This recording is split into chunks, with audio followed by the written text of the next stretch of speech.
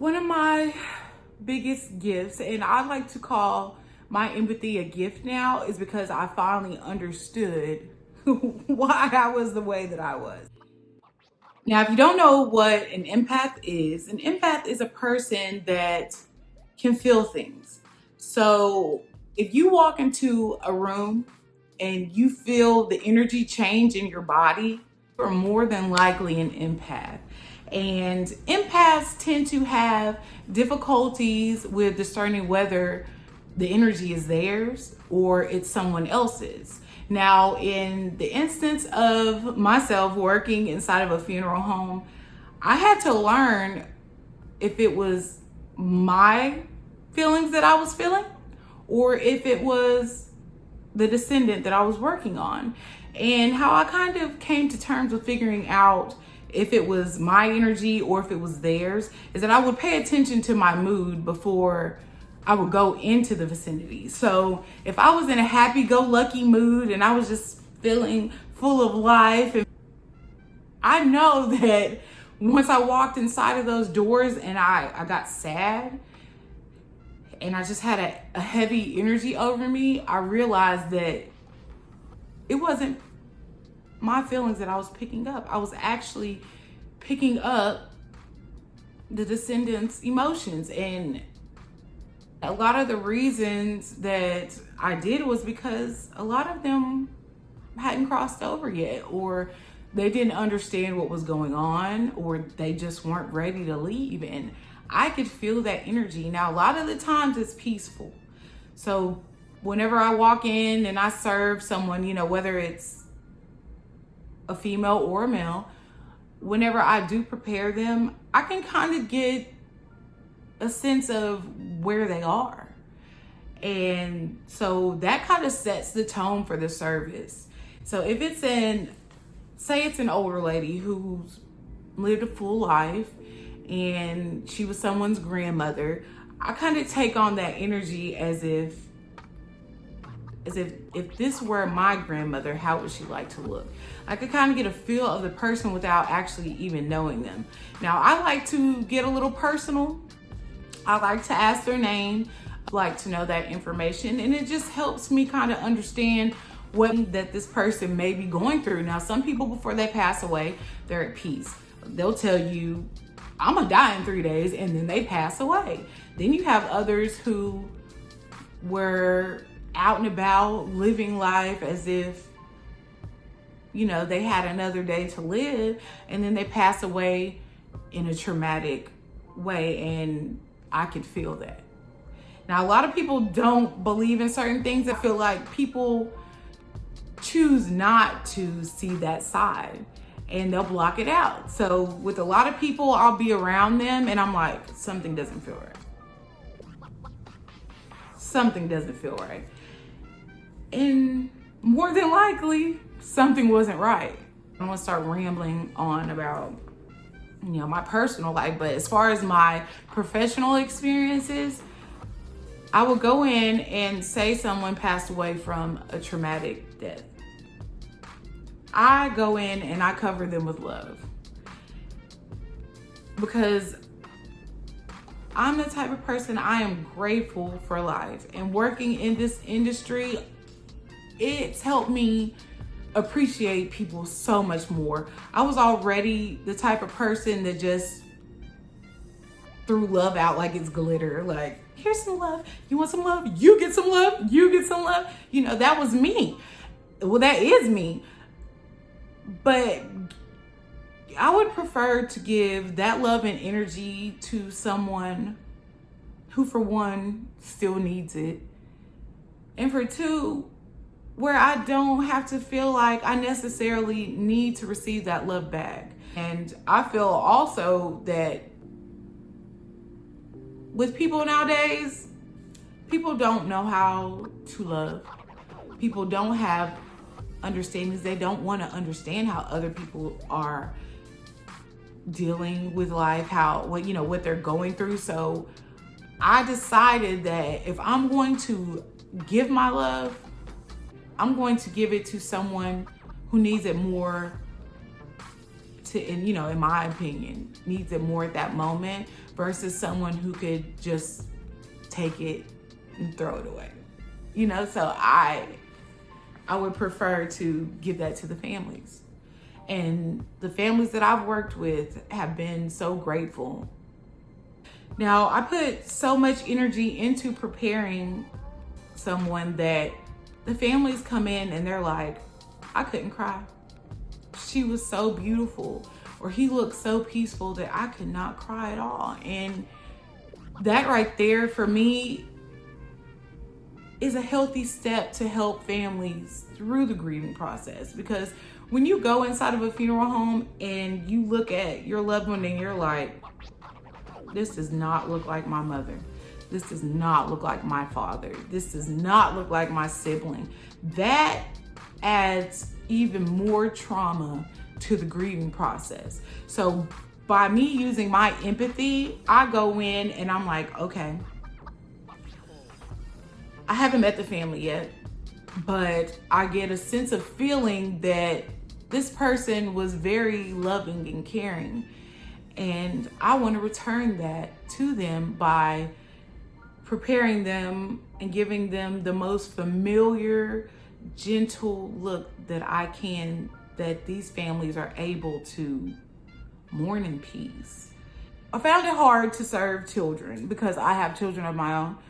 And a lot of people didn't understand it if they don't have children. But when you walk into a room and you see an infant, and it's a toddler or an adolescent, you know, they may not know what's going on. And so I try with my mothering spirit, I try to help them understand the best way that I can. But you can't completely understand because you're not in that position. I've had times to where I could feel that a person was a certain kind of way in life, and then their family comes in and they ask me to make them completely different.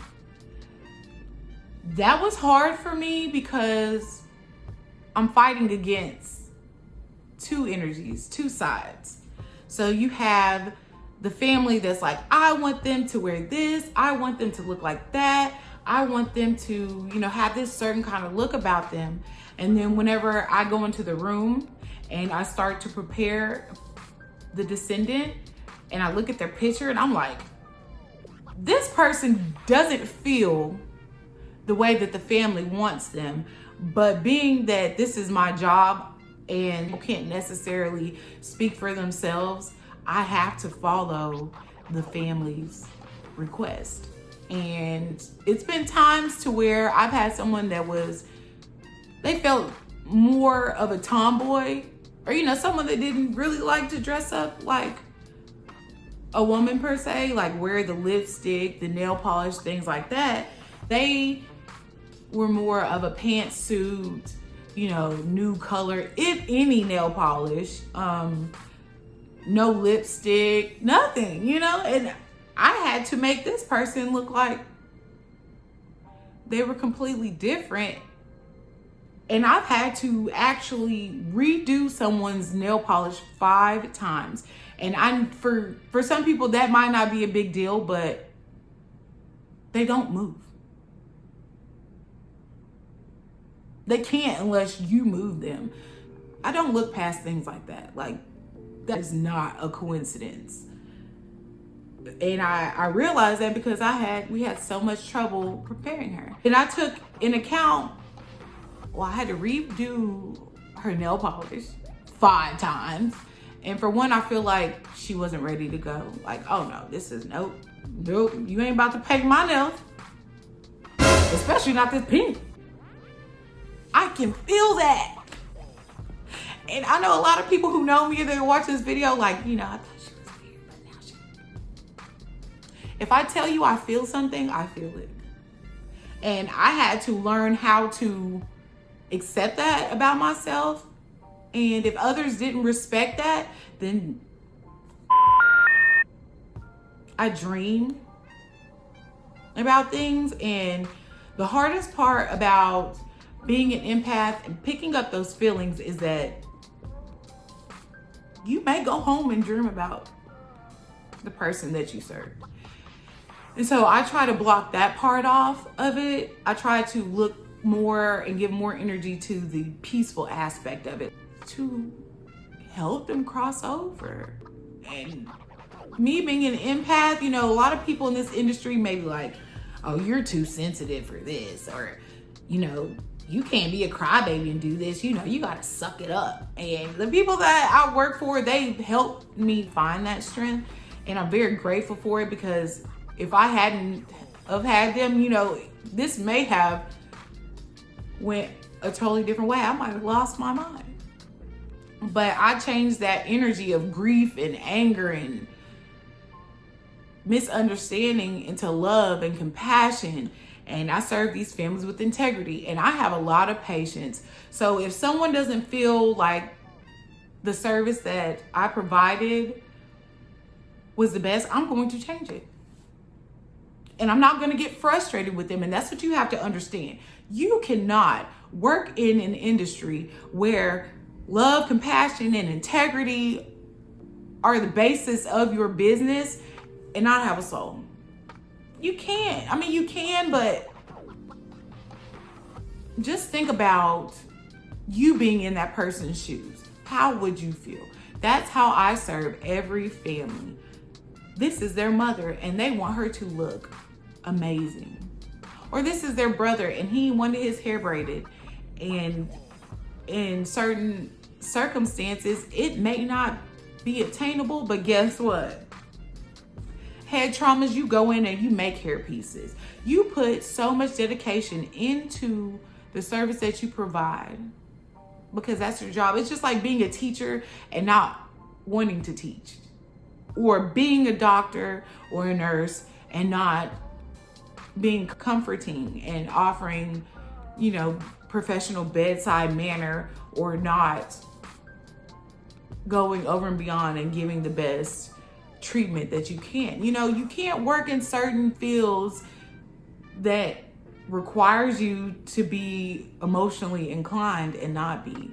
Now, a lot of people I know disconnect themselves, and I could see why, but you know, I decided that I wasn't going to hide behind that. I was going to use it to my advantage. So that's all I have for my video today. If you are an empath like me, leave a comment below. Tell me how you've dealt with working in the funeral home as one, or even if you don't work in a funeral home, you could also share your experiences with others, because a lot of people don't understand. And it's okay, but that's why people like myself are here to share that with you. And if you've ever been interested in mortuary cosmetology, or you just happen to like things like this, don't forget to subscribe to my channel. So thanks for watching. Check out my next video. Bye. Here's some love. You want some love? You get some love. You get some love. You know, that was me. Well, that is me.